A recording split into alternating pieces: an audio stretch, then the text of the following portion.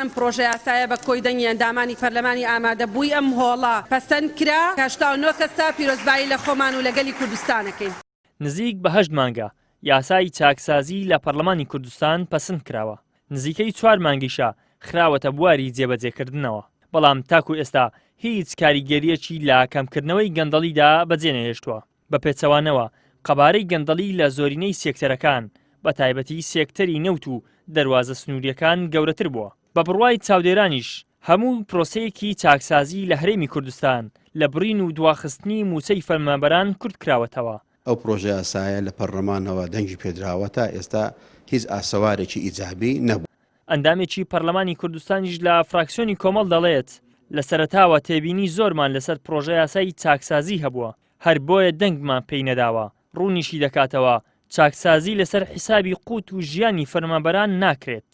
چاکسازیکردن لە کوردستان دەبێت لە خاڵە سنووریەکانەوە بێ لە بیرە نەوتەکان بێ لەو داهاتە زۆرەی ناوخۆی هەرێمەوە دەست پێ بکە نەوەک لە 400,000 خانە نشینێکیان لە مۆزەفێکەوە موچەیەکی هەیە بچی 120 لێ ببڕی نازانین نە پاشەکەوتە و نە لێبڕین و نەیاسایە. بۆیە ئەو یاسایە بەڕاستی کۆمەڵی فراکسیۆنی کۆمەڵی ئیسلامی دەنگی پێنەدا و نقطە نیزامیمان زۆر لەسەریگرێت و خۆی لە خۆیدا دەبێت پرۆژە یاسا لە پەرلەمانەوە دەربچێ نەک بۆ پەرلەمان پرۆژە یاسا بێ و ئێمە تەنها دەنگی پێ بدەین.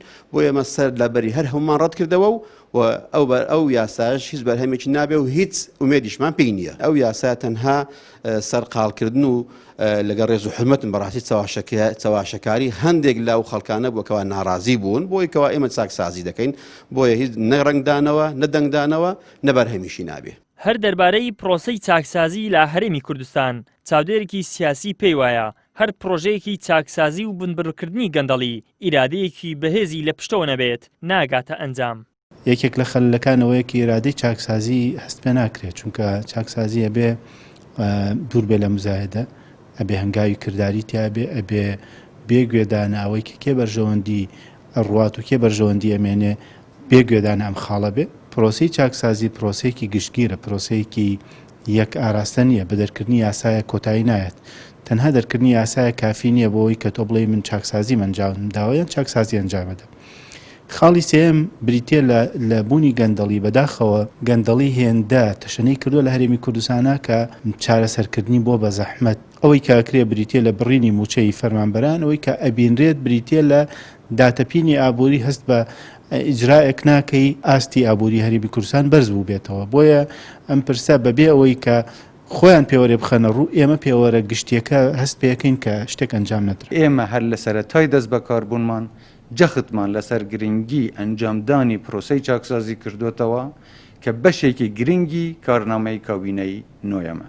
چاکسازی دروشمی گەورە و سەرەکی کابینەی نۆیەمی حکوومەتی هەرێمی کوردستانە بەڵام تا ئێستا هیچ ئاسارێکی ئەم دروشمە لەسەر ئەرزی واقع نابینرێ.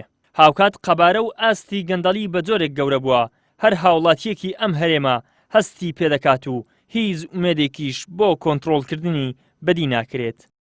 ئیدریس محەممەد کەناڵی ئاسمانی پەیام هەولێر.